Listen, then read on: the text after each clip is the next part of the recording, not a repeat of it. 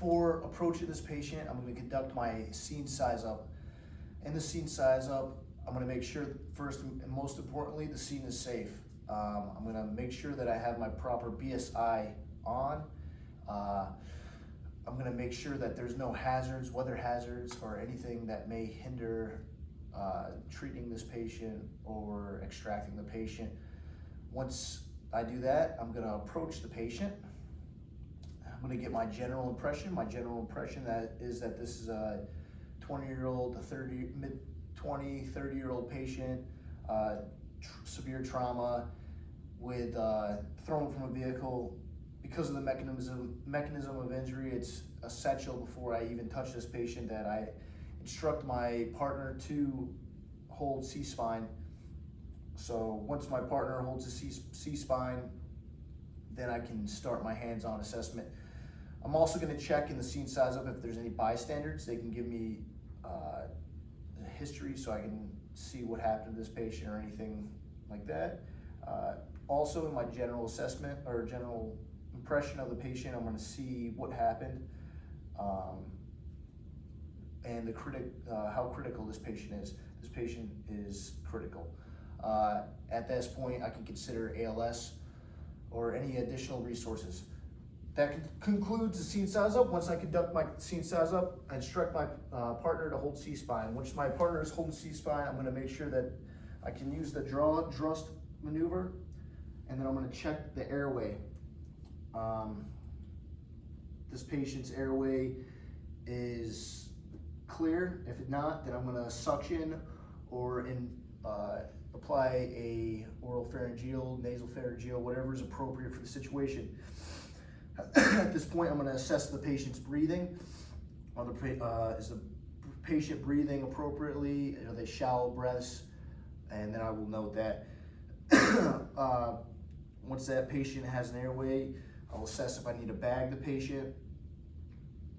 After clearing the airway, I'm going to take a central and peripheral pulse of the patient.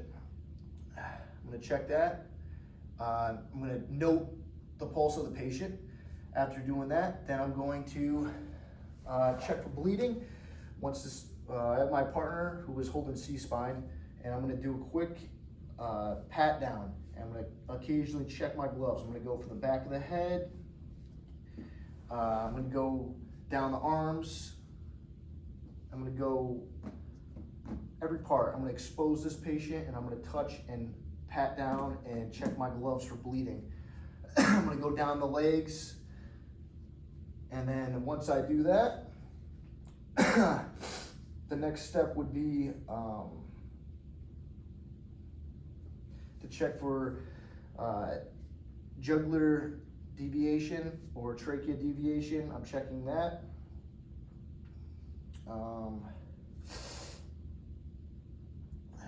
That's the initial assessment. Once I do that, well, before any of that, going back, before I even did the blood pat down, I would check for the responsiveness of the patient, and I would use that acronym AVPU. So I'm going to touch the patient. This is before anything, so we're going back. But I'm going to touch the patient. I'm going to see if he has stimuli to verbal. So, hey, can you hear me? Doesn't have any stimuli to that, then I'm going to do pain stimuli. I'm going to pitch his earlobes or the meaty part of his neck. That is going to be conducted before you do anything else. That goes back. But after I conduct that, then I can start my primary assessment. So with the primary assessment, I'm going to check for decap BTLS with a pat down. So first thing, as my partner has C-spine, I'm going to check the back of the head for any deformities, contusions, abrasions, punctures, penetration, tenderness, laceration, swelling. So I'm checking the back of the head, checking behind the ears for battle scars. I'm checking the back of the neck, going down each arm. Then I'm gonna, I can also recheck my tracheal deviation or my jugular deviation, make sure that's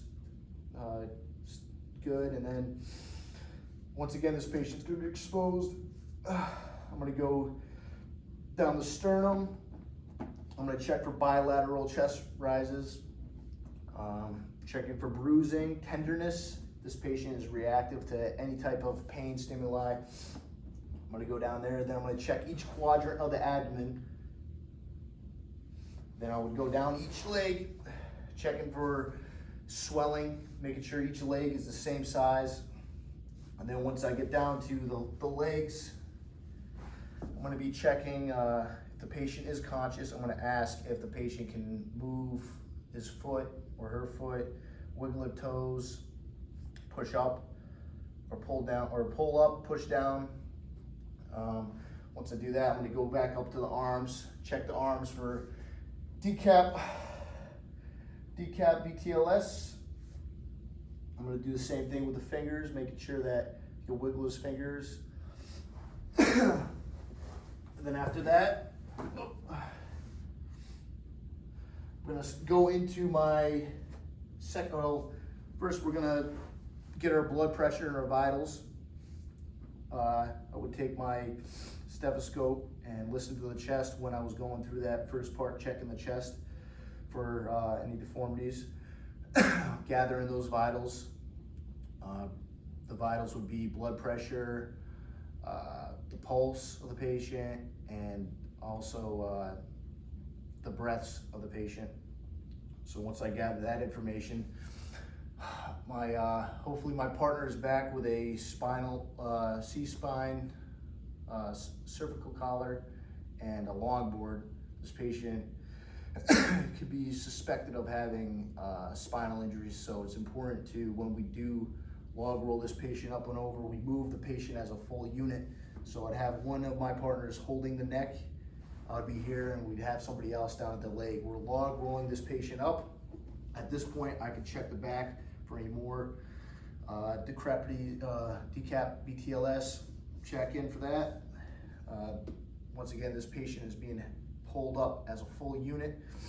Then that longboard goes underneath the patient. It's gonna go back down, and then we're gonna strap this patient up and then move him to the ambulance. At this time, I'd also prioritize this patient. In most cases, it's gonna be a high priority patient. So at that point, we're gonna transport this patient and move him to the ambulance. Once we get into the ambulance, we're gonna go into our secondary assessment. With the secondary assessment, we're going over everything again. We're rechecking everything. I'm making sure that that airway is still open. I'm checking for JVD, and I'm checking for trachea deviation. I'm gonna also recheck this patient's vitals. I want you to recheck the patient's vitals. I'm gonna go, notate all that. We're reassessing this patient every 15 minutes if this isn't a critical patient. If it is a critical patient, we're gonna reassess the patient every 5 minutes.